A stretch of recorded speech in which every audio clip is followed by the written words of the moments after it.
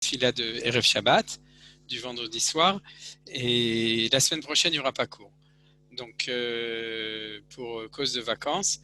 Donc, on se retrouvera à Aleph Elul, et Bezrat Hashem, on continuera dans les tefilot de Shabbat. On continuera, peut-être en Elul, on fera d'autres choses, mais ça, c'est encore à réfléchir. Mais dans le principe général, on continuera l'étude des tefilot de Shabbat l'année prochaine, l'année Tashpeh, Tafshin Pei Aleph. Donc, aujourd'hui, comme la semaine dernière, nous parlons de ce qui est après Kabbalat Shabbat. Alors, la semaine dernière, on a étudié deux choses. On a étudié les Kriyat Shema avec ces bénédictions du Shabbat, du vendredi soir. Et on a aussi étudié les différentes Amidot, c'est-à-dire le fait que dans les 4 prières de Shabbat, on a chaque fois un autre rite, un autre Nusach, celle du vendredi soir, Atakidashta, celle du Shabbat matin, Ismach Moshe, celle de Moussaf, Tikanta Shabbat, et celle de Mincha, Echad, Veshimer Echad. Tout ça, c'est ce qu'on a étudié la semaine dernière. Et ce soir, ce qu'on va étudier aujourd'hui, c'est 3 choses. Tout d'abord, Vayechulu, c'est-à-dire en dernier Vayechulu, et la Tfila, Vayechulu, c'est quelque chose qui est un peu commun à tout, puisque on le dit dans la Hamida et on le dit aussi dans la Hazara, c'est-à-dire que quand on a fini la Hamida, on chante Vayechulu Hashamaim pour la deuxième fois, et ensuite on le dit une troisième fois au moment du Kiddush. Et on va voir qu'en effet, il y a 3 fois. Et aussi, le passage le plus important qu'on va étudier aujourd'hui, c'est-à-dire c'est les 2 sujets, on va étudier Tefila Me'ain Sheva. C'est-à-dire le fait que vendredi soir, exceptionnellement, contrairement à toute la semaine, vous savez que en semaine, à Shacharit et à Mincha, quand on prie en Minyan, le Chazan fait une Chazara Tashat, c'est-à-dire qu'il relie toute la prière, toute la Hamida, une deuxième fois, pour qu'il y ait une prière en public, en plus de la prière individuelle de chacun. C'est une prière tzibourite. Mais dans la tfila de Harvit, on ne le fait jamais, sauf le vendredi soir. Et le vendredi soir, on le fait, mais on le fait en raccourci, parce qu'en fait, on dit Magen Avot Bidvaro, etc. On va le voir maintenant. Vous pouvez prendre un texte de Sidour, mais je l'ai quand même imprimé dans le texte d'études qu'on va étudier ensemble. Et ce texte, ça s'appelle Tefila Me'ain Sheva, c'est-à-dire la tefila, je traduis librement, d'un raccourci, d'un condensé des 7 bénédictions de la prière du Shabbat. C'est-à-dire c'est la seule fois de toute la semaine où, pour la prière de Harvit, le Chazan, il fait Chazarat Hasha, c'est-à-dire il répète la prière pour le Tzibour. Alors, même pendant les fêtes, il n'y a pas, hein, c'est que le Shabbat. Voilà, exactement, c'est que le Shabbat. Alors pourquoi est-ce que c'est comme ça? C'est une question, et la vérité, c'est que dans la littérature du chasse, il n'y a pratiquement aucune réponse. C'est quelque chose qui arrive, c'est-à-dire que dans la mesure où les prières, ça ne faisait pas partie de la Gemara, ça faisait partie du rituel habituel, les gens le connaissaient, le prononçaient. Souvent, il y a des prières, par exemple, la prière de la Shemona Esrei n'est pas marquée dans le chasse. La plupart des prières ne sont pas marquées dans la Gemara. C'est ce qui a marqué, c'est qu'on fait tel bracha. On fait par exemple Birkat Aminim, mais on ne dit pas le texte de la bracha dans la Gemara, parce que ça faisait partie de ce qui était connu par le peuple. Et il y a une seule référence dans le Péré qui s'appelle Bameh Madlikim, que vous connaissez, le 2e chapitre de Maseret Shabbat, qui fait référence de manière pratiquement allusive à la Tfila Me'en Sheva, c'est-à-dire cette prière de la Hazara, du fait de répéter la prière en raccourci après la Hamida, le vendredi soir. Et la Gemara justement dit qu'on le fait pour Shabbat, mais on ne le fait pas pour les fêtes. Alors, et on ne le fait pas en semaine. Alors pourquoi est-ce qu'on le fait le Shabbat? Alors la Gemara nous explique que c'est mipene à mazikin. C'est à cause des mazikin. Mazikin, c'est les mauvais esprits, les lutins, pas le lupin, les lutins, les genounim, comme on disait chez nous en Afrique du Nord. Et c'est quoi tout ça? Pourquoi est-ce qu'il y en a le vendredi soir? Parce que, en fait, ce qui se passe, c'est que la Gemara nous raconte que les synagogues, les Bate Knessiot en Babylonie étaient dans les champs. Ça devait être des problèmes de Nadlan, comment s'appelle ça, des problèmes immobiliers.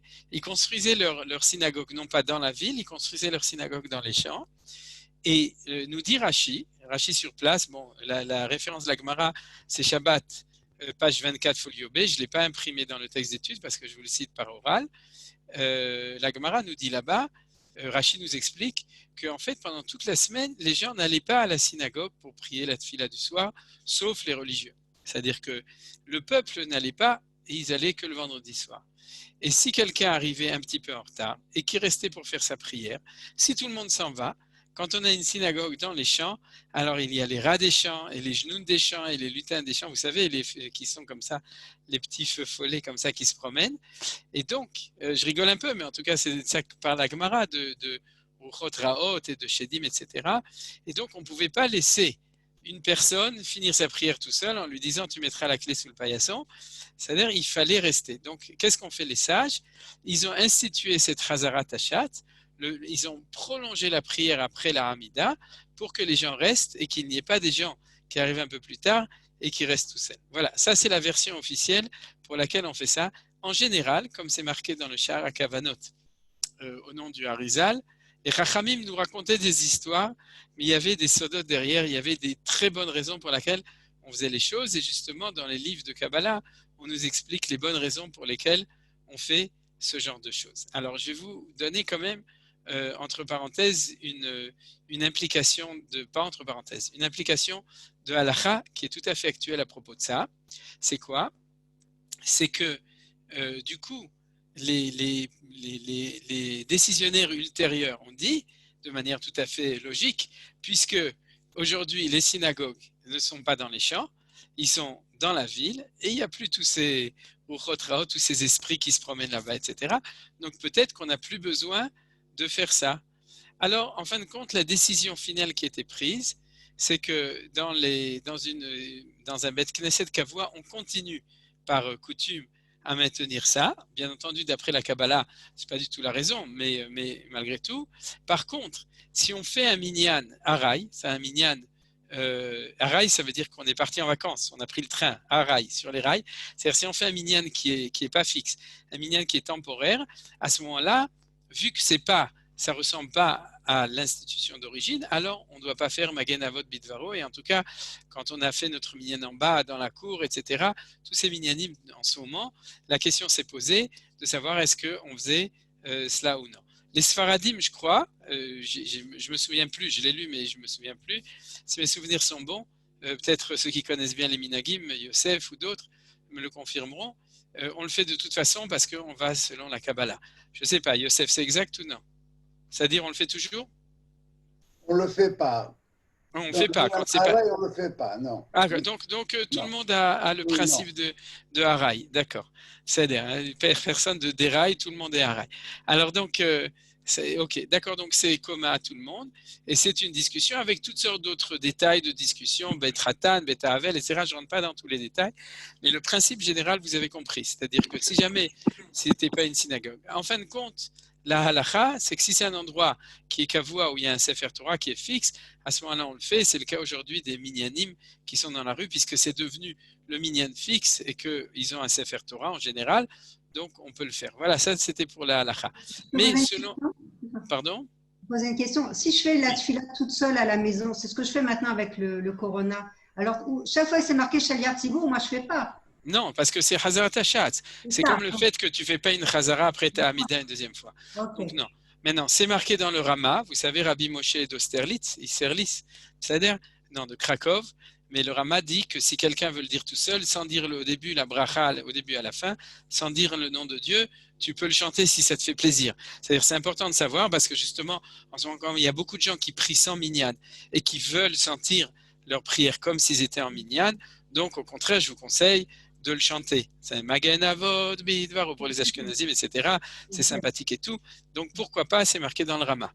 Mais ceci dit, on ne peut pas le faire, Beshem ou Malchut, on ne peut absolument pas le faire en disant le nom de Akadosh Baruch Hu. Il faut que ce soit minyan. Maintenant, pour les kabbalistes qui savent le sens profond des choses, ils disent aucune importance s'il y a minyan, où que soit le minyan, kavua, pas kavua, fixe, pas fixe, araï ou fixe, etc. Avec Sefer Torah ou sans Sefer Torah, on fait bracha me'ain sheva.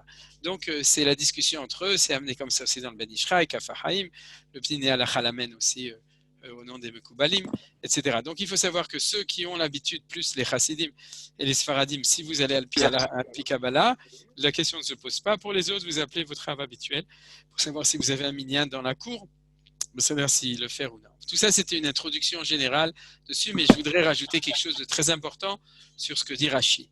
Parce que, et là-dessus, je pense que mais je vais donner une interprétation assez libre de la coutume d'origine.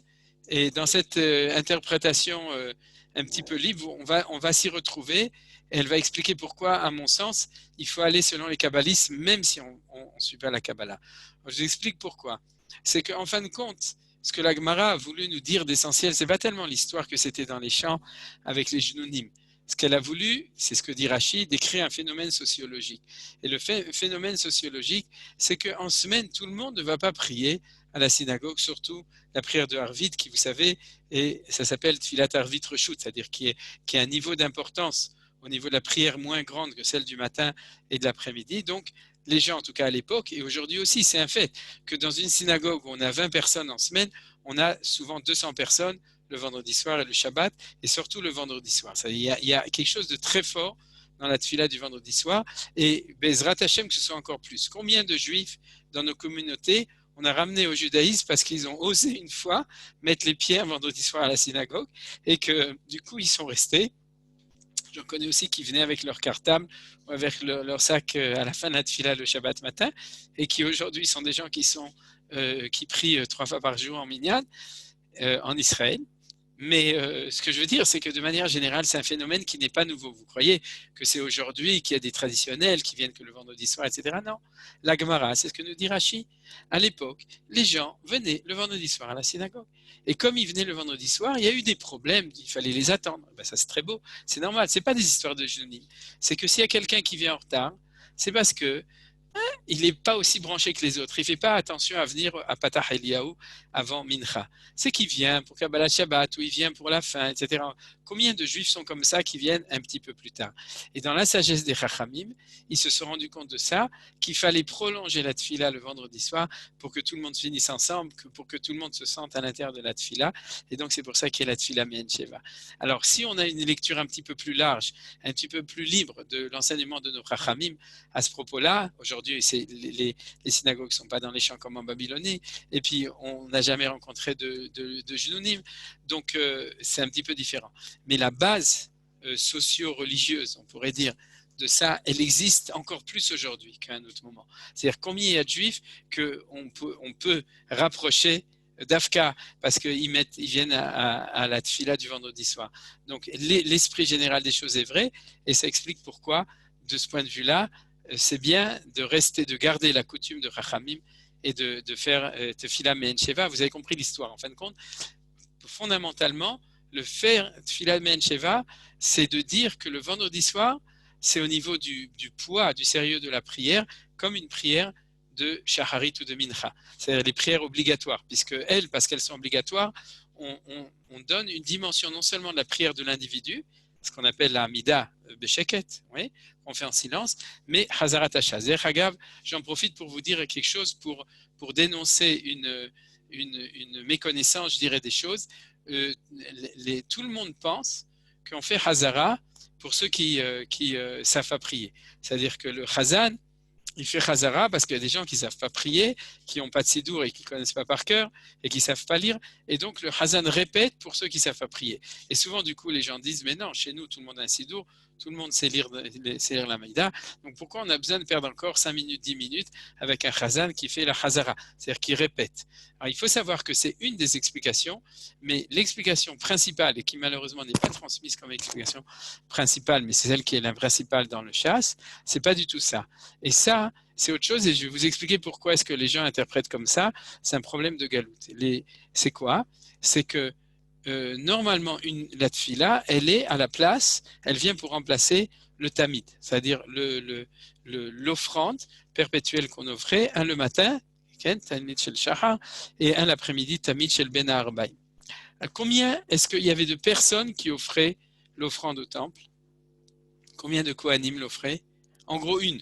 Bon, c'est vrai, il y en avait plusieurs qui l'aidaient après, mais il y en avait un qui faisait, ou en tout cas, c'est une offrande qui est offerte, et à la place de ça, il y a des millions de Juifs qui font tous les jours la prière.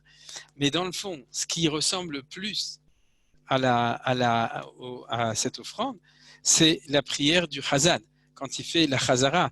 Parce qu'à ce moment-là, ce n'est pas l'individu qui prie, c'est la collectivité qui prie. On a un shaliach tzibour qui prie pour le tzibour. Et la raison pour laquelle ce n'est pas l'enseignement essentiel qu'on enseigne, c'est parce que sans doute, comme j'ai dit, à cause de la galoute, on a tellement perdu la manière de penser collectif, on s'est tellement concentré sur la manière de penser individuelle qu'il fallait absolument expliquer pourquoi il y a un chazan qui prie, et on dit c'est pour les pauvres individus qui eux ne savent pas prier. Vous voyez l'inversement de concept. Ils ne prient pas pour les individus, ils prient pour le tzibour. Et les gens qui n'ont pas pu prier tout seuls, ils sont bien entendu intégrés au tzibour. Donc ils sont yotzé, ils sont yotzé d'une prière du tzibour, comme toutes les personnes qui, quand le temple sera reconstruit, ira pour participer à l'offrande du Korban, Anshe Mahamad, on a étudié, en étant présent et en regardant les Kohanim en train de faire cette offrande du matin et de l'après-midi. Eux-mêmes ne le feront pas. Donc, en fin de compte, on sera comme tout ce tzibour qui participe à une prière du tzibour du public. Voilà, ça c'était une petite parenthèse qui est importante pour toutes les prières de l'année, pour comprendre pourquoi c'est important d'avoir un chazan qui répète la prière, parce qu'il ne répète pas la prière. Il fait la vraie prière, et nous, on a la chance ou l'opportunité de pouvoir prier tout seul auparavant. Mais la vraie prière, c'est celle du chazan quand il fait la chazarat hashas, parce que ça, c'est la prière du tzibour, de l'assemblée.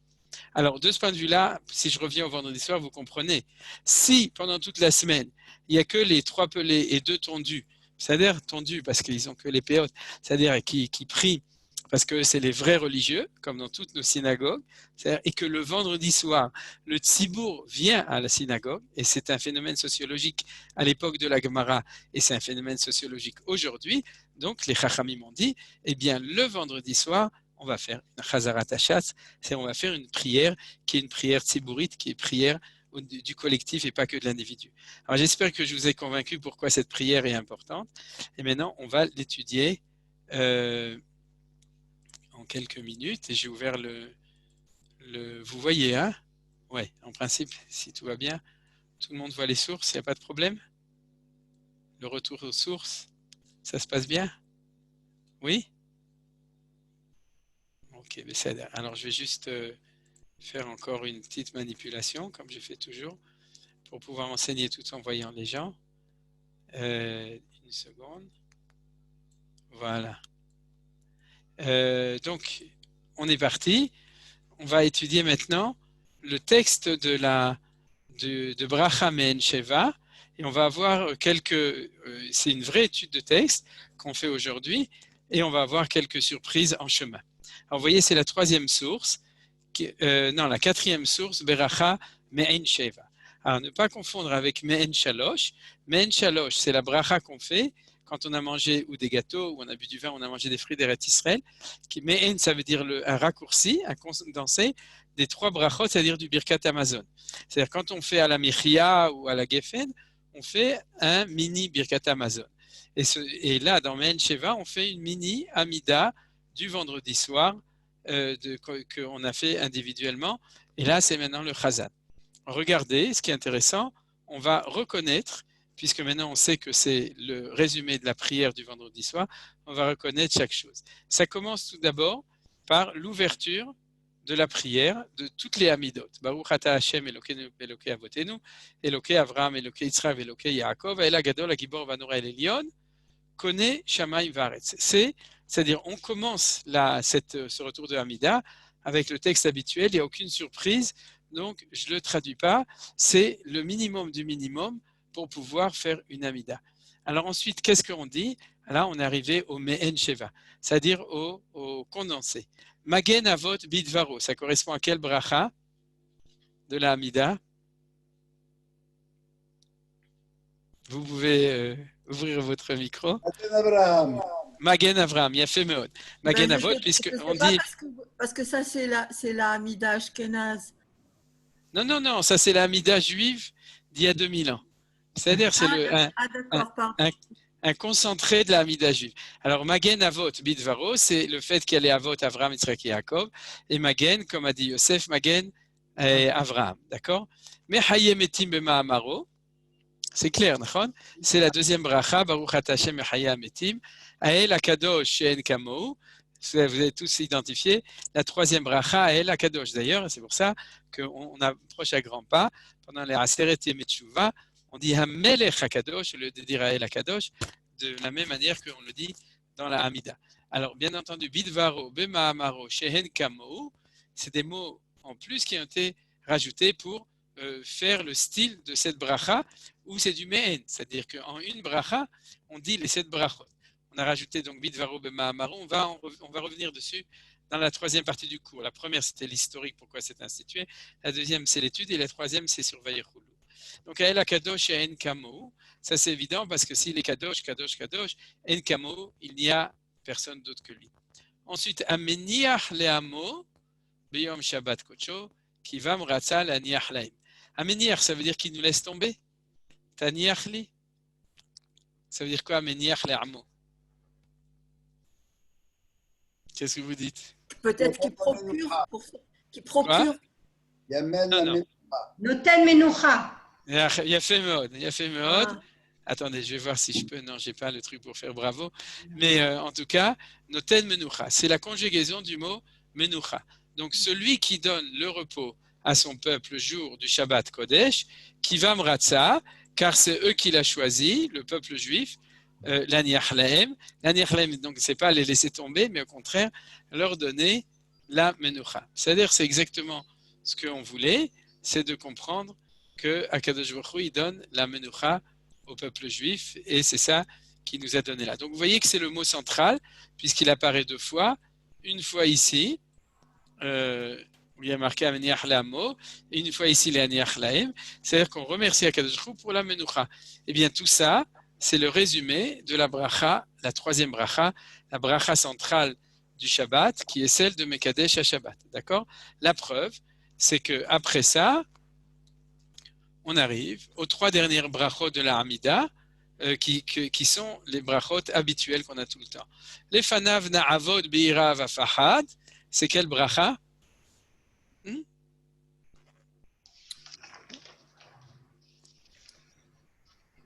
Quelle bracha? Modim. Non, bon, alors on va continuer. Quoi? Retsé. Retsé, oui, par récurrence, très bien, parce qu'il n'y a pas le choix. Maintenant qu'on le sait et que je l'ai arrangé, vous êtes obligé de le dire. Mais il n'y a aucun mot qui correspond. Par contre, Venodé, Lishmo, Bechol Yom Tamid, Me'ina Brachot, El Haodaot, vous êtes d'accord que c'est Modim, d'accord? Venodé, on va le. Oui, il faut que je me mette en arrière des fois. C'est des Venodé, Lishmo. On va le remercier, ces modim anachnulach. Bechol yom tamid, c'est ce qu'on dit aussi dans le modim. Erev avoker betzoraim, c'est-à-dire chaque jour, tout le temps, on le remercie. Me'ena brachot, je ne traduis pas pour l'instant. El haodaot, baruch el haodaot, c'est la bénédiction de ou atov shimcha ulchan el haodot, c'est-à-dire il y a les deux. Dans la Hazarat Hashatz, on dit el baruch el haodaot, donc le Dieu qui est donc qu'on doit remercier. Donc vous voyez que ça, c'est le résumé de Modim. Adon Shalom, c'est le résumé de quoi? Osé Shalom. De Osé Shalom, Sim Shalom, donc tout va bien. Alors, on a 2 points très intéressants dessus. Le premier, et ce qui était dans le cours quand on a étudié chez Michel sur la Tfila, vous l'avez déjà entendu, pour vous, ce n'est pas un scoop, c'est que le Fanav Na'avod Birav Fahad, ce n'est pas du tout le texte que nous avons, nous, de Retsé. C'est Retsé par récurrence, puisqu'on est obligé de le dire, puisque c'est à l'endroit de Retsé. Mais il n'y a aucun mot qui ressemble. Retsé Hashem Elokim, B'amcha Yisrael U'te'amsheh, V'Hashem et Avoda Lidvir Betecha, V'Yishet U'letam Erat Tekabel Beratson, U'te'ilerason Tamid Avodat Yisraelam V'Tehazien Eineinu B'Shuvcha L'Tzion B'Rachamim, U'chata Hashem Mahazir Shchinato L'Tzion. Question, pourquoi est-ce que ici, dans ce texte manuscrit inédit, les mots n'ont aucun rapport avec le texte de Retsé? Réponse, je vous la donne tout de suite. J'imagine qu'une partie de vous l'avez trouvé, vous vous souvenez du cours pour ceux qui étaient au cours. C'est que toute la bracha de Retsé, c'est une bracha après le Hurban, après la destruction du temple, c'est une bracha d'exil. Pourquoi? Parce que c'est une bracha où on demande à Hachem de ramener le service au Beth Amikdash, de reconstruire le Beth Amikdash, d'accepter nos prières, parce que tant que le temple n'est pas construit, il les écoute, Shomea Tefila, mais il n'a pas de Ratson. Il n'y a pas de Ratson, parce que le Ratson, c'est que quand le Beth Amikdash, quand il y a l'État d'Israël, quand il y a Jérusalem, quand il y a le Beth Amikdash, à ce moment-là, il y a Ratson. Et on demande à Hachem d'avoir le Ratson. Vous vous souvenez que quand on amène des korbanot, la Torah nous dit, les sacrifices, les offrandes, c'est les ratson lifnei Hashem, qui soient agréés. C'est-à-dire, et ce mot d'agrément, c'est-à-dire d'être accepté, c'est un mot qui est complètement lié avec les offrandes au temple, le Beth Amikdash, la présence de Dieu. Donc ça fait 2000 ans qu'on demande à Akadosh Baruch Hu d'être rotsé. Et Akadosh Baruch Hu dit, j'écoute, je note, à un moment, j'agrée, à inertse, benataim, entre-temps, anilo batuar shani rotsé, je suis pas sûr que je veux. Il n'y a pas de garantie. Donc on prie Hachem pour qu'il soit rotsé, que le temple soit reconstruit. Et c'est pour ça qu'on dit, que nous puissions voir le jour où tu vas revenir à Tzion, béni sois-tu qui va finir par revenir un beau jour. Amarzir Shrinato, qui va finir par ramener sa présence à Tzion. Mais ça fait 2000 ans qu'on espère et on ne demande pas. Question, comment est-ce qu'il priait à l'époque du temple? Il ne pouvait pas dire la même chose.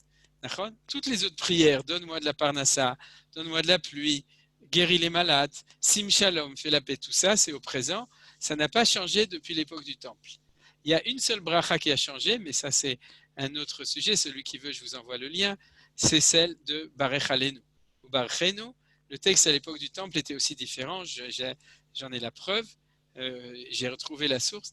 Mais les autres bénédictions, en gros, certaines oui, certaines non, mais en tout cas une grande partie n'ont pas changé depuis l'époque du temple. Par contre, celle-là, celle de Retzé, ne pouvait pas être la même.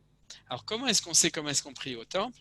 Parce que dans les communautés ashkénazes, au moment de Rosh Hashanah Yom Kippour, on a conservé une autre manière d'être chotem, de faire la bracha de Marzir Shechinato Letzion. Au lieu de dire Machazir Shechinato Letzion, on dit Baruch Ata Hashem, Sheotra Levatra Beira Na'avod. Que toi uniquement nous servirons dans la crainte. Et d'où vient ce Nusach? J'imagine que les Ashkenazim qui participent ici se souviennent de ça, sinon vous ouvrirez vos Marzorim, vous vérifierez ça. D'où est-ce qu'elle vient?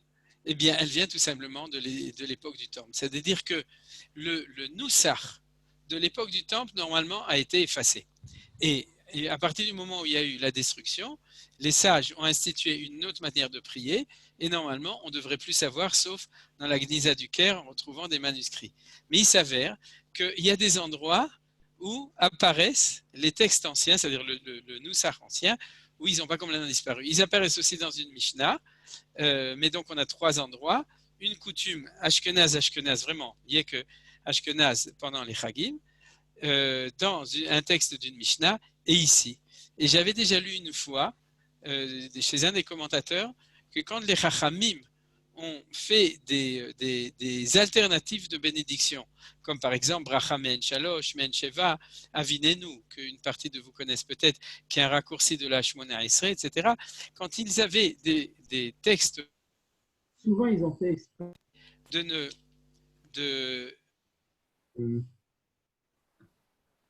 Vous m'entendez? C'est bon? Parce que je crois qu'il me dit que j'ai un problème avec mon branchement. Vous m'entendez normalement? Vous m'entendez? Comme ci, comme ça. Là, c'est bon maintenant? C'est revenu? C'est grave. Quoi? C'est grave. La voix est grave. Et c'est pas le même? Pas du tout. C'est pas la même voix. Non, mais on entend. On entend. Alors, attendez, je vais faire une petite manipulation. C'est mieux avant. Voilà, est-ce que maintenant ça va? En principe, ça doit marcher. Ah oui, là, oui. Ah, Yofi, Baruch Hashem.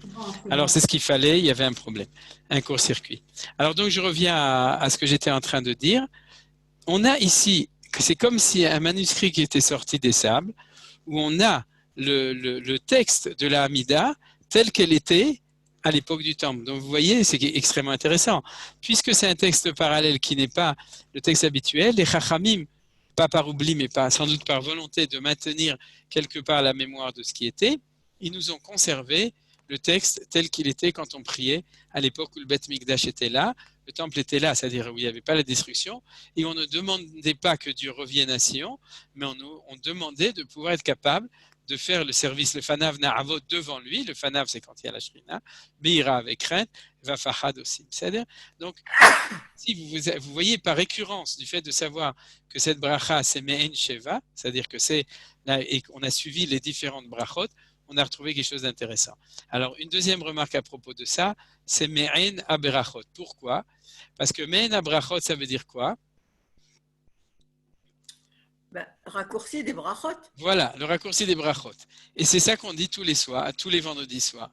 Je traduis, c'est-à-dire nous le remercierons tous les jours avec un raccourci des brachot car il est remerciable. Il y a deux problèmes. Premièrement, c'est que tous les jours on ne le remercie pas avec le raccourci des brachot.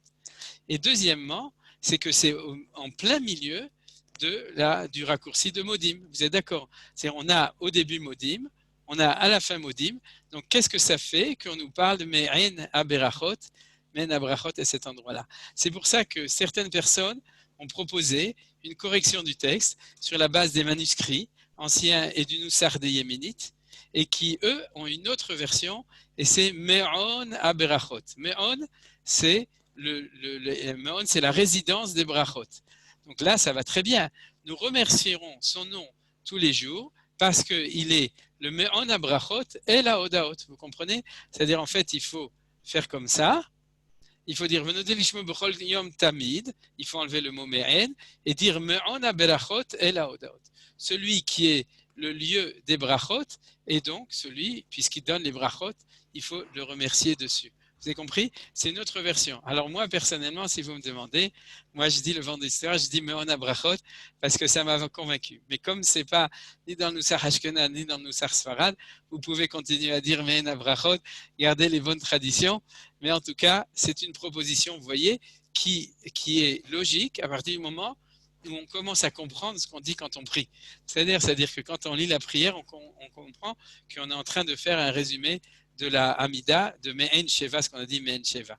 Et à ce moment-là, les choses y sont beaucoup plus logiques. Donc, je vous ai donné deux remarques, à mon sens, intéressantes sur le pshat de la compréhension de la prière telle que nous la prions. Et une fois que c'est fini, on revient au texte, en fait, du fait que les Chachamim ont décidé de terminer ça par Baruch Ata Hashem Mekadesh HaShabbat.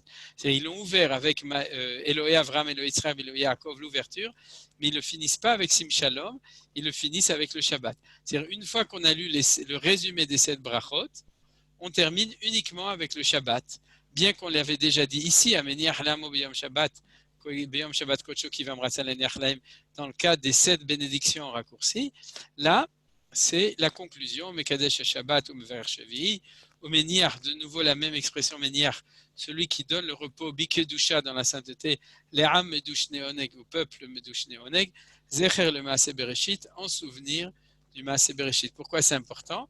Parce que nous avons déjà vu que le thème principal du vendredi soir, c'était le Shabbat de la création du monde. Donc c'est marqué ici de nouveau que la prière essentielle de ce soir, c'est Zecher le Maaseh Bereshit. Et après, bien entendu, on a le texte habituel que tout le monde connaît, qui est dit dans toutes les prières de Shabbat et aussi en parallèle dans les prières des fêtes. Retzena mimchatenu, kashenu misotecha, veten halkenu betoratecha, sabeinu mituvecha, etc. Ce qu'on connaît, c'est-à-dire ça, c'est la bracha classique pour toutes les prières du Shabbat de Mekadesh Shabbat. Donc vous avez compris la structure générale. S'il n'y a pas de questions, on passe au troisième sujet. Pardon, qu'est-ce qui a instauré la tfila du Beit HaMikdash? La tfila de l'époque du Beit HaMikdash, c'était Anshe Knesset Agdola, c'est-à-dire c'est l'époque de Ezra et Nehemia, quand on est revenu de Babylone, et parce qu'à l'époque du premier temple, il y avait moins de rituels, c'est-à-dire les prières étaient plus spontanées, et au moment du retour de Babylone, les gens n'étaient plus ni prophètes, ni suffisamment hébraïsants du langage de la prophétie pour pouvoir le prier de manière spontanée. Donc, Ezra, Nehemia et les Anshe Knesset Agdola, donc la grande assemblée, la Knesset de 120 membres de l'époque, ont institué les prières telles qu'elles étaient priées tant qu'il y avait le Beit HaMikdash. Et une fois que le temple était détruit, tout ça c'est une Gemara dans Masechet Megillah, page 17, folio B, une fois que le temple a été détruit, à ce moment-là, les Chachamim, les sages de Yavne, vous souvenez qu'Yavne, c'était comment récupérer les pots cassés après la destruction du temple, comme a dit Rabbi Yochanan ben Zakkai. Donc c'est à Yavne, Shimon Apekuli et les sages de Yavne qui ont institué la Hamida pour les 2000 ans d'exil. C'est-à-dire, et c'est là qu'il y a eu ces changements dont celui qu'on a vu ce soir à propos de Retzé et le Fanav Na'avod Be'ira Vafachad. Vous voyez, c'est-à-dire que le Fanav Na'avod Be'ira Vafachad, c'est le texte de Ezra et Nehemiah et de la Grande Assemblée, et notre texte à nous, c'est celui de Yavne. Voilà. Alors, comment se fait-il qu'à l'époque du Beit Amikdash, il y avait la tefila, puisqu'on dit qu'il y avait les sacrifices et que c'est après, c'est venu en remplacement des sacrifices. Ouais, alors, ce qu'on dit, c'est pas vrai. Pardon? Ce qu'on dit, c'est pas vrai. Ah. Ceux qui disent ça, c'est des maskilim. C'est des gens qui ne sont pas religieux en général. C'est-à-dire ceux qui ont inventé ça. La diffusion, elle se fait partout. Mais ça n'a aucun rapport ni avec la tradition, puisqu'on sait qu'on l'a vu. Shlomo priait, les patriarches priaient, Hana priait, etc. Toutes les prières qu'on apprend, et David Ameller sont de l'époque du Beth Amikdash. Et à part ça, on a trouvé pratiquement toutes les synagogues qu'on a trouvées datent de l'époque du Second Temple. Donc il faut balayer cette idée que la tefila ouais, a c'est du n'importe remplacé quoi. les sacrifices. Ouais, c'est du n'importe quoi. Il faut balayer cette idée. Alors, ce qui n'est pas n'importe quoi, c'est qu'on prie aussi, après la destruction du temple, on a rajouté cette dimension à la prière naturelle. C'est-à-dire, c'est ça qui est important. Bon, si Margalit, si vous voulez, j'ai les cours enregistrés sur ce sujet, je vous enverrai le lien. Tu ne nous avais pas dit, pardon. Oui, Nadine, oui. Tu nous avais dit que les tfilotes, c'était à l'heure où on faisait les korbanot. Mais pas seulement. C'est aussi, par exemple, la Chazarat Hashatz. Le fait de répéter, ça fait partie de la dimension des korbanot. Il y avait plusieurs choses, mais tu as raison. C'est aussi le fait de fixer une heure précise pour les prières. Ça fait partie du lien avec les tmidim, avec les korbanot. Alors maintenant, on va étudier. S'il vous plaît, une seconde. Où est-ce qu'elle se trouve? C'est pas dans le livre de prière? Le Fanav, Navor, Beira, Pachad. Si. Si vous ouvrez la prière du vendredi soir, mon après livre, la Hamida. Il n'est pas Sfarad, il est Sfard. Ça revient au même. Vous prenez la Hamida du vendredi soir et vous regardez ce qui est marqué après la Hamida. Il y a marqué Vaïchoulou et ensuite vous trouverez cette prière. Alors, donc, on continue sur Vaïchoulou. Le troisième sujet, ou deuxième sujet et dernier sujet aujourd'hui, c'est Vaïchoulou. Comme vous savez, on dit, comme je l'ai dit 3 fois, on le dit dans la Hamida. Vaïchoulou, c'est le texte de la Torah, de la création du Shabbat dans la création du monde dans le premier chapitre de la Torah. Et on le redit une deuxième fois juste avant Me'en Sheva, c'est-à-dire en public, avec tout le public, et on le dit une troisième fois au moment du Kiddush du vendredi soir. Alors regardez ce que dit la Gemara, Shabbat 119 au lieu B. J'ai oublié jusqu'à maintenant ce qui n'est pas normal, mais toute l'étude qu'on fait, c'est toujours, chaque semaine, les Nishmat Michel Johar Malka Badouna Sananes, à la mémoire de Michel Sananes, et aujourd'hui, c'est les Shloshim de ma mère. C'est maintenant, c'est-à-dire jusqu'à la tombée de la nuit, jusqu'à la sortie des étoiles.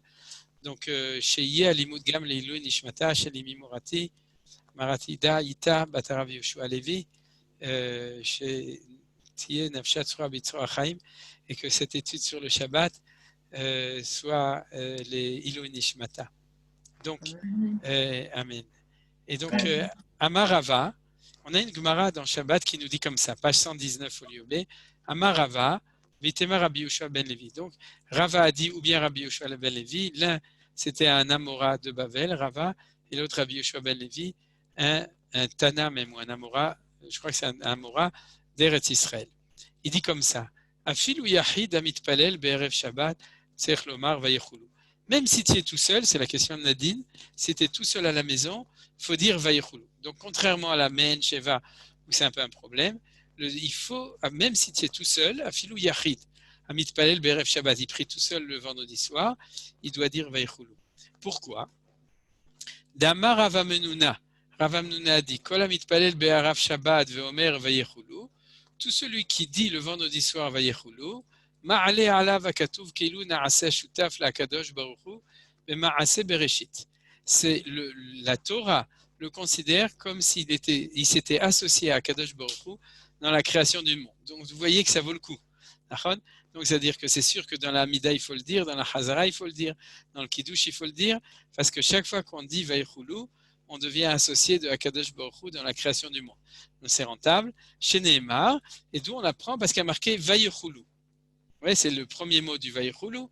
Al tikri Vaïchoulou et là Vaïchalou. Comme le mot de Vaïchoulou est marqué sans vav dans la Torah, vous pouvez vérifier dans votre Sidour, c'est-à-dire qu'il est marqué, on peut le lire au lieu de Vayechoulou, Vayechalou. C'est-à-dire que le mot Vayechoulou, ça veut dire ont été terminés, au passif. Donc par qui ils ont été terminés? Par Akadosh Baruch Hu. Et quand on dit Vayechalou, à ce moment-là, on le lit sans le vav, ça veut dire et ils ont terminé au pluriel. Donc, sous-entendu, 2 personnes au moins ont terminé ensemble. Et qui sait, puisqu'il n'y a que Dieu qui a fait le monde, c'est que quand on dit Vayechoulou, on s'associe avec Hachem, et c'est comme si on est associé avec eux pour avoir terminé de construire le monde. Donc, on a construit le monde avec lui. Bon, c'est un texte, c'est très beau, c'est encourageant, mais c'est quand même un petit peu étonnant que sur un vav qui manque, on amène une idée comme ça, qu'il suffit de dire Vayechoulou pour devenir associé avec Akadosh Baruch Hu dans la création du monde. Alors, on va essayer de le comprendre. Pour la création de l'homme, on dit Naaseh, Adam Naaseh, qui est l'homme, Ah oui. l'homme est Shoutaf de sa création. En fait. Tu as raison, mais justement, c'était étonnant, c'est pour ça que les Chachamim disent qu'il est allé demander l'avis aux anges. Ouais. Et les anges ont dit non. Il y en a assez avec nous, c'est pas la peine de faire l'homme. Il y en a assez. C'est-à-dire, et donc, mais malgré tout, Akadosh Baruch Hu, il l'a fait tout seul justement. Et tu as raison. Mais chaque fois qu'il y a quelque chose comme ça, ça prête à étonnement. Alors donc, on va essayer de comprendre ça. Et pour ça, on va étudier la Gemara jusqu'à la fin. Et ça va nous aider. On va étudier selon l'enseignement du Maharshal. Maharshal qui a un commentaire célèbre sur les Agadot HaShas, sur tout ce qui est Agada dans le Shas, dans le Talmud. Amar Rabbi Elazar. Rabbi Elazar a dit, Minayin she'adibur kema'aseh. D'où savons-nous que la parole est comme l'acte? Chez Neymar, parce qu'il y a marqué, Bidevar Adonai Shamaim Menarasu. C'est le ciel a été fait par la parole de Hachem, Uveruach Fiv Kol Tsevaam, et tous les attributs, les Tsevaot, toutes les armées, c'est-à-dire tout ce qui a été fait, Beruach Piv, par le souffle de sa bouche. Donc, de nouveau, c'est une redondance, une manière double, comme nous savons, de dire la même chose, c'est-à-dire que tout a été fait par la parole de Akadosh Baruch. Alors, ensuite, on va finir pour terminer le texte et ensuite on va expliquer Amarav Chizda, Amar Marukva. Rav Chizda a dit au nom de Marukva, qui sont des Amoraïm de Babylone, Kol Amitpalel Be'erev Shabbat. Tout celui qui prie le vendredi soir, Veomer Vayechoulou, et dit Vayechoulou. Vous allez voir que c'est de plus en plus rentable de dire Vayechoulou. Shne Malachei Sharet, Amelavim Lo La'adam Menechim Yedem Al Rosho. Les 2 anges qui accompagnent tout le monde partout, sauf dans les toilettes. Vous savez, c'est-à-dire que partout, mais dans les toilettes, ils nous attendent dehors, c'est bon. Ils reviennent avec nous après, c'est-à-dire qu'ils nous accompagnent tout le temps. Alors, ces 2 anges qui accompagnent l'homme partout, ils mettent leurs mains sur la tête. À mon avis, c'est sans doute pour ça qu'on met la main sur la tête des enfants le vendredi soir. Et ils lui disent, ta faute volontaire va être éloignée et ta faute involontaire sera pardonnée. Donc vous voyez, c'est hyper rentable de dire Vayechoulou parce qu'en plus on a des anges qui nous mettent les mains sur la tête et en plus ils nous bénissent, qu'ils nous enlèvent toutes les fautes. Voilà, c'est pour ça que j'ai lu le texte jusqu'à la fin. Tout ça, c'est le seul texte de la Gemara à ma connaissance qui parle de Vayechoulou. On va expliquer la première partie, si on a le temps. La deuxième partie, je ne crois pas. On verra. La première partie, c'est l'enseignement de Rava ou de Rabbi Yehoshua Ben Levi. Vous voyez, c'est cette partie de l'enseignement qui est là et qui nous dit donc justement qu'on devient associé. Bien entendu, tous les commentateurs que j'ai lus, que j'ai étudiés, se posent la question, comment est-ce que tu peux dire que le texte de Vayechoulou correspond à une chose comme ça? Alors, le Maharsha considère que le deuxième enseignement, Amar Rabbi Elazar, vient pour nous expliquer ça, et vous allez comprendre pourquoi. Parce qu'en fait, il nous donne une clé. Quelle est la clé? Il nous dit « She'adibur kema'aseh ». La parole, c'est comme l'acte. Chez qui? Chez Akadosh Baruch Hu. C'est-à-dire, puisque chez Dieu, il a créé le monde par la parole. Vous vous souvenez qu'il y a une collection connue qui s'appelle les 10 paroles, parce que le monde a été créé Be'asara Ma'amarot. Hachem a dit 10 fois, il a parlé, et il y a 10 Ma'amarot. Le premier c'est Bereshit, et ensuite Vayomer Elohim Yehi Or, etc. Vayomer Taché Aretz Deshe, etc. C'est-à-dire que Dieu a parlé, et chaque fois qu'il a parlé, la chose a été créée, comme nous le disons dans la tfila du matin, Baruch She'amar Vahia Aolam. C'est-à-dire que quand Akadosh Baruch Hu a parlé, le monde a été créé, comme nous disons, Abra, Kadabra. C'est-à-dire qu'il soit créé comme nous avons parlé. Abra, que soit créé, Kadabra, comme j'ai parlé. Donc Akadosh Baruch Hu, lui, il était Abra, Kadabra, et il a parlé, Baruch She'amar, Vehaya Olam, et le monde a été créé. Et puisque c'est comme ça, nous dit le Maharsha, alors ça veut dire qu'on peut créer les choses quand on parle. Et il nous dit, en fait, quelque chose d'extrêmement important. Notre prière à nous, Dibour que Maaseh. Quand tu pries, tu crois que tu pries, tu parles, parole, non. Même l'homme, la force de la tfila, c'est de savoir qu'une parole d'homme peut être comme un Maaseh. Il rajoute encore un point extrêmement important. C'est que la création du monde, s'il n'y a pas la conscience humaine pour le savoir, elle ne vaut rien, elle n'existe pas. C'est-à-dire qu'il n'y a pas de créateur si la créature ne reconnaît pas la création de Akadosh Baruch Hu. Et c'est pour ça qu'il faut témoigner de la création du monde. Vous savez pourquoi?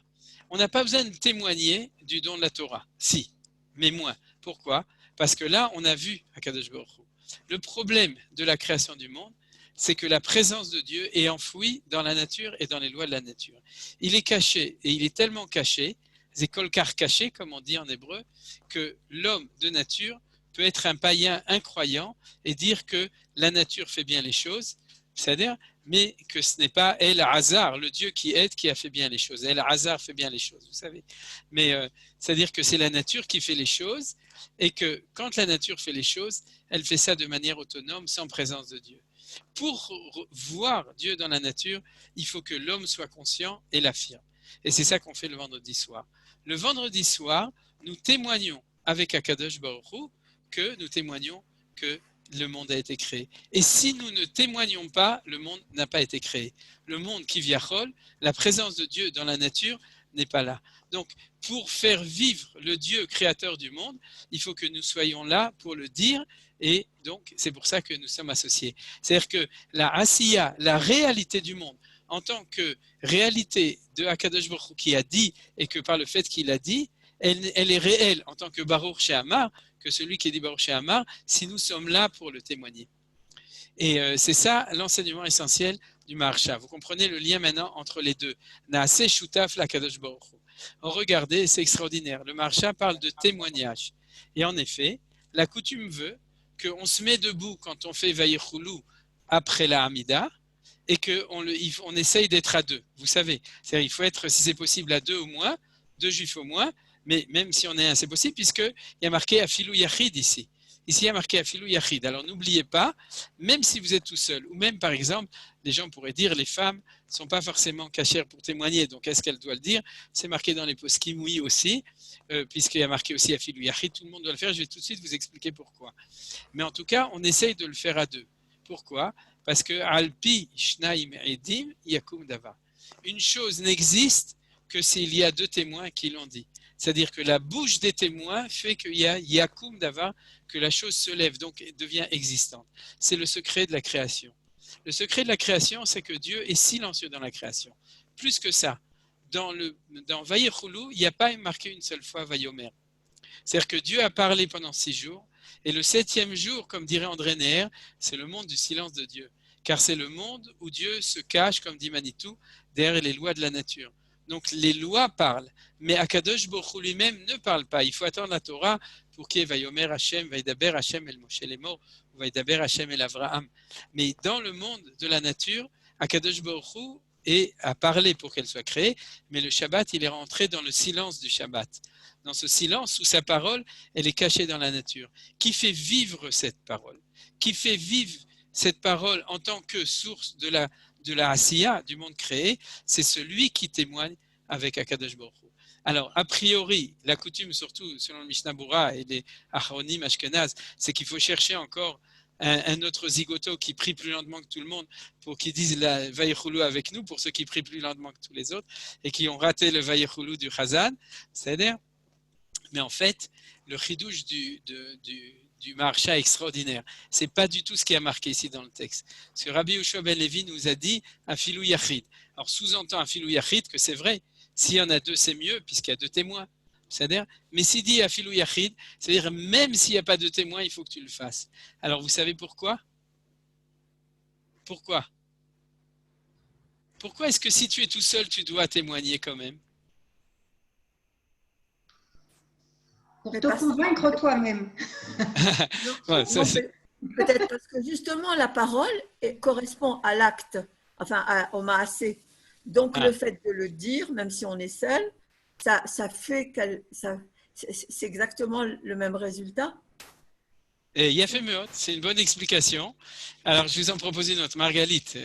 Ce que tu as dit, c'était une perle, c'est Besséder Gamour, tu t'appelles Margalite. Mais ceci dit, je vous en propose une autre, et qui est sous-entendue un petit peu dans le texte du Maharsha lui-même. Je vais vous expliquer pourquoi. Le problème de Akadosh Baruch Hu, c'est qu'il n'est pas fiable. Vous savez pourquoi? Parce qu'il est Yahid, il est tout seul. Donc il n'est pas deux pour témoigner. Il est tout seul. Alors ça fait 6000 ans qu'il crie, c'est moi qui ai créé le monde. Mais comme il est Ed Yahid, il est témoin, et on n'a pas Al-Pishnaim Edim Yakum Dava. Il n'y a pas deux témoins pour témoigner. Et si moi, je me mets debout et que je témoigne à Filou Yahid, je suis le co-témoin avec Akadosh Baruch Hu. Donc celui qui a besoin d'un autre témoin, c'est pas nous, c'est lui. Iribono Shel Olam, c'est lui avec un grand L, c'est lui qui a besoin qu'on témoigne. Ça a l'air d'être une boutade, mais c'est pas du tout une boutade, c'est exactement ce qui a marqué. Naasa Shutaf, l'Akadosh Baruch Hu, il devient l'associé de Akadosh Baruch Hu. Il faut deux Shutafim. C'est-à-dire, nous, c'est grâce à nous qu'il y a une choutafout et qu'il y a le témoignage. Sans nous, alors, on ne l'entendrait pas. Il y aurait le silence et il y aurait un manque de sa présence en tant que créateur dans le dibour et dans la asiya. Maintenant, une fois qu'on l'a fait, il faut toute la modestie. Quel est notre dibour à nous par rapport à ce dibour à nous et quel est notre asiya à nous par rapport à sa asiya? Mais qui vient à Kadosh Baruch Hu, il a besoin de nous, on est associé à lui dans la création du monde par le fait qu'on le fait comme ça le vendredi soir. Alors, vous avez compris pourquoi il y a deux anges. C'est-à-dire, le Maharal dit deux anges, deux témoins. Il y a deux anges qui viennent et qui nous mettent la main et qui nous disent si tu es à ce niveau-là, alors tu es dans le niveau du Shabbat, dans le niveau Elion où il n'y a plus de fautes, il n'y a plus d'erreurs, il n'y a plus de choses. Et donc, ils nous disent Gam avonecha yichupar, gahatatcha yichupar vesar avonecha. C'est-à-dire qu'on est vraiment devenu l'associé de Akadosh Baruch Hu. Alors, Al-Pi Asod, comme je vous l'ai dit, on va terminer comme ça. Al-Pi Asod, il y a on dit trois fois, parce que vous vous souvenez, et là je vais rester dans les allusions, mais pour ceux qui, les allusions, ça les aide. Vous vous souvenez qu'on avait étudié au tout début que le vendredi soir, le côté féminin, Shabbat Malketa, elle s'élève au-dessus du Chol. Et c'est pour ça qu'on sortait dans les champs, etc., qu'on chante dans les champs, pour permettre à la Nukva, c'est-à-dire la Malchut, Rachel, Shabbat Malketa, de s'élever. Et je sais, il y a trois niveaux qui s'appellent Chabad, Chochma Vinavadat, Chagat, Chesed Gvura Tiferet, Nei Netzach Hod Yesod. C'est-à-dire il y a chaque fois trois niveaux. Et la première fois qu'on y va Choulou, elle s'élève au premier niveau, c'est qu'on appelle Netzach Hod Yesod. Le deuxième est Chesed Gvura Tiferet. Et la troisième fois dans le Kiddush, Chochma Vinavadat. Donc avec cela, ça c'était vraiment que de la Kabbalah pour ceux que ça peut intéresser. Mais pour tout le monde, ce qu'on a compris quand même, c'est que c'est très important de dire Vaïchoulou et que vous voyez le niveau extraordinaire, comme on dit, de possibilités par la parole, comme Dieu par la parole, d'être choutable, d'être associé par ce témoignage à la création du monde que Akadosh Baruch Hu a fait le Shabbat. Et je terminerai avec deux choses. La première, c'est le dernier verset du Vaïchoulou, parce que les commentateurs demandent quand même pourquoi c'est très beau tout ça, etc. Il faut témoigner. Mais pourquoi comme ça? Alors tout d'abord, souvenez-vous, ce qu'on a dit la semaine dernière, c'est que la prière du vendredi soir, c'est Zecher le Maaseh Bereshit. La prière du Shabbat matin, c'est celle de l'homme qui observe Shabbat, c'est-à-dire le Shabbat de l'homme. Celle du vendredi soir, c'est le Shabbat du Créateur. Et nous, notre rôle, c'est Zachor. Alors que le matin, c'est Shamor, vous vous souvenez. Zachor, c'est de se souvenir, et c'est ça l'idée du témoignage. C'est le témoignage, c'est le Zachor. C'est de dire pour que les choses soient connues, donc ne soient souvenues. Et c'est pour ça qu'on dit Zecher le Maaseh Bereshit dans Tfila Me'en Sheva. Et c'est par le Dibour, et c'est pour ça qu'on dit Magen Avot bidvaro mechaye metim bema'amaro. Dibour et Mahamar se retrouvent aussi dans le piyut, c'est-à-dire dans cette prière de Mehen Sheva. Mais ce qui est l'essentiel donc, c'est de se lier avec le Shabbat de Dieu de la création du monde. Et comme disait Manitou, Kivo Shabbat, le dernier pasouk, car Dieu s'est reposé, Mikol Melarto, pas reposé, a interrompu la création de manière volontaire pour l'entrée dans l'ordre de la nature, Asher bara Elohim, car Dieu pendant 6 jours il avait créé, la Asot, afin de nous donner à nous la possibilité de le transformer. C'est-à-dire que le mot bara, il est lié avec Dieu comme sujet, et la Asot, il est avec l'homme comme sujet, parce que Dieu a créé pour que nous fassions, que nous transformions. Alors, vous voyez le lien. C'est-à-dire quand on dit Vayechulu Hashamayim Va'aretz, on ne parle pas que du premier mot. Vayechulu, ça veut dire qu'on dit que le mot kol, parce que le mot lechalot, ça veut dire kol, ça veut dire être complet. Alors il faut 2 associés. Vayechalu, il faut que il y a la personne active qui reconnaisse pour qu'il y ait une reconnaissance du fait que Dieu jusqu'à maintenant était passif. Vayechulu, il a été terminé le monde. Non, c'est Dieu qui l'a terminé. Et c'est par le fait qu'on dise, témoignant avec lui, que cette termination se colle, il devient celui de Hachem en tant qu'actif et nous en tant que reconnaissants qui témoignons. Et en fin de compte, on est vraiment associés, Shutaf, puisque ce monde, il est le monde de Shabbat, comme disait Manitou, dans le fait que Dieu se retire pour que nous puissions, la Asot, agir dedans et le transformer. Donc vous voyez que tout ça tourne autour de cet enseignement de Rava et de Rabbi Yehoshua ben Levi. Et je vais donc terminer complètement. À la fin, j'ai un petit peu terminé en vitesse, mais j'imagine que les choses sont claires, sinon vous avez quelques minutes pour poser des questions. Par le fait que j'ai cité Chabad, vous avez entendu, c'est-à-dire que je ne savais pas à quel moment je pourrais le dire.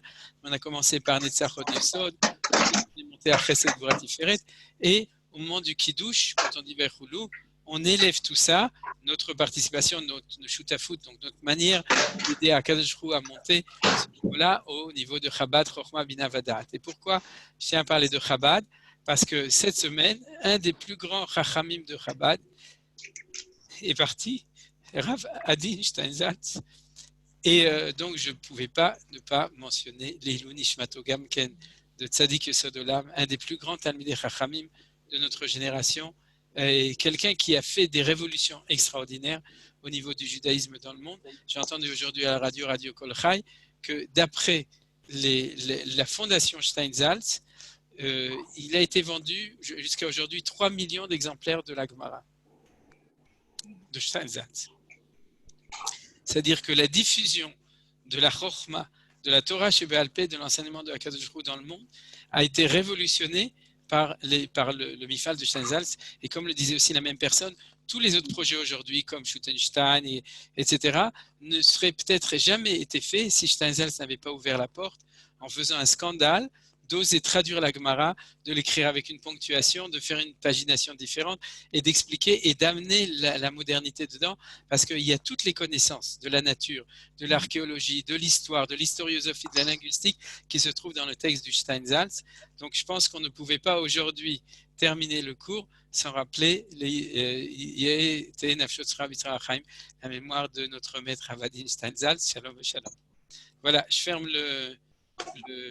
les textes et vous êtes invités et à poser des questions si vous en avez ou si vous permettez, pardon de revenir dessus, mais je n'aimerais pas rester sur un malentendu, car je serais ravie d'ailleurs de recevoir et d'entendre l'enregistrement de vos cours à ce sujet, mais si je dis ça, c'était ce que j'ai appris aussi pendant un séminaire sur la tfila que j'ai fait ici, par des rabbanim de Moracha, etc. Et d'ailleurs, si je mentionne la tfila de Moussaf qui est reprise à partir du Korban Moussaf, c'est quelque part, je ne sais pas, j'ai du mal à accepter que c'est une idée fausse, que la tfila est venue remplacer ou alors je n'ai pas compris. Alors, vous n'avez pas compris le cours, Marguerite, que vous avez appris autre part, c'est qu'elle est venue remplacer les corbanotes sur la base d'une prière qui existait toujours. Vous comprenez? C'est-à-dire c'est une valeur en plus qui a été rajoutée. Et vous avez raison, la prière de Moussaf, dans les remarques avec les questions de Nadine, la prière de Moussaf n'est qu'une prière collective normalement en principe. C'est pour ça qu'il y a une Mishnah qui disait qu'il y avait une opinion qui disait qu'on ne le faisait que Betsibour. C'est-à-dire qu'il n'y avait pas de prière de Moussaf des individus, ce qui a marqué Beheverir dans la Mishnah de Maseret Brachot. Mais on a bien appris que auparavant, la prière n'était pas instituée, n'était pas instaurée. Non, c'est faux, c'est faux. Ah. C'est faux et c'est ce que je vous ai prouvé aujourd'hui. C'est une erreur. D'accord. Rav Ackerman. Ken, Alex, Mazal Tov, je voulais, avant de finir, Alex, on ne te voit pas, mais il faut savoir que Alex a une petite fille ce matin, je ne sais pas si vous voyez, et que je crois qu'on peut lui chanter Siman Tov, ou Mazal Tov, ou Mazal Tov, Siman Tov, Siman Tov, Mazal Tov, Mazal Tov, Siman Tov, Siman Tov, là, nous le Kol Israël Amen. Voilà, une grande joie de savoir que Alex est ton combienième enfant, Alex? Mon 4e. Non, Baruch Hashem, Léa Mevestrim. Vas-y, alors qu'est-ce que tu voulais dire? Non, je voulais, sur la notion, vous avez dit que on portait l'accent sur le Shabbat du Maaseh Bereshit. Pour le vendredi soir. Et pourquoi pas sur la Yetziat Mitzrayim? Pourquoi donner préséance sur la… Alors là, il faut que tu écoutes le cours de la semaine dernière et tu auras toutes les réponses. D'accord. Bon, j'imagine que ta femme était à l'hôpital, donc tu n'as pas pu écouter, mais c'est pas grave, on te pardonne. C'est d'accord. Encore une question? Je voulais juste ajouter pour le Rav Steinsaltz. Oui. J'étais très étonnée de voir dans le Figaro tout un article d'un goy qui a écrit sur la grandeur du Rav Steinsaltz. Ça a dépassé le monde juif. Absolument, absolument. Et il faut aussi savoir que dans sa révolution d'enseignement, il a écrit aussi, une partie sont même traduits en français, il écrit énormément parce que c'était un enseignant et un chachan, c'est-à-dire un innovateur extraordinaire au niveau de la Torah. J'ai entendu un tout petit enregistrement tout à l'heure où il raconte que quand il avait 21 ans, il donnait déjà des cours où les gens qui écoutaient, c'était des profs d'université qui avaient l'âge de son grand-père. Et donc, il raconte une petite anecdote comme ça. Il savait, en fin de compte, c'était un des gens qu'Akadosh Baruch Hu a envoyé pour pouvoir révolutionner, pouvoir transmettre une Torah comme Manitou qui est capable d'être entendue aussi par les gens. Il a été aussi connu par le grand public parce que Josie Eisenberg, dans son émission du dimanche matin à la télévision, il a interviewé pendant tout un cycle de cours sur les lettres hébraïques et a ouvert aussi son enseignement à tout le public en France aussi. Absolument, absolument. Tov, alors est-ce que vous avez encore une question? Il n'y a pas de problème. Et sinon, on se retrouve Bezrat Hashem pour ce cours-là dans 2 semaines. Donc après Rosh Chodesh Elul. Est-ce que quelqu'un veut encore demander quelque chose ou faire une remarque? Chazak ou Baruch. Baruch Tiyeh. Toda Rabba. Bruchim Tiyo. לעילוי נשמת תממה בקדת חודשה, מה הכוונה moi dans la prière de vendredi soir? Oui. אתה קידשת את יום השביעי שמך. Oui. שמך זה י"ק ו"ק. תכלית מעשה שמיים וארץ. כן. י"ק זה שמיים ו"ק זה הארץ. יפה מאוד. Très très joli. חזק וברוך. Il y a un verset qui dit ce que tu dis. Yismahu hashamayim vetagel haaretz. Voilà, yafé מאוד. חזק וברוך. Bien entendu. Chazak ou Baruch. Michel Becker fait aussi remarquer dans le chat que Bibi a aussi fait un aspect très respectueux à Ravadin Steinsaltz. Tov Toda Rabba, Michel. Et alors. D'ailleurs, de lire ce texte, j'ai trouvé ça incroyable. Oui. Tu peux l'envoyer sur le groupe pour que les gens puissent le lire? Si tu peux, tant mieux. On t'entend plus, Michel. Dans le WhatsApp, je vais essayer de l'envoyer. D'accord, Toda Rabba. Merci beaucoup et Bezrat Hashem pour ceux qui viennent demain à demain et sinon à la semaine prochaine. Kol Tov et Shalom le Kulam. Toda Rabba.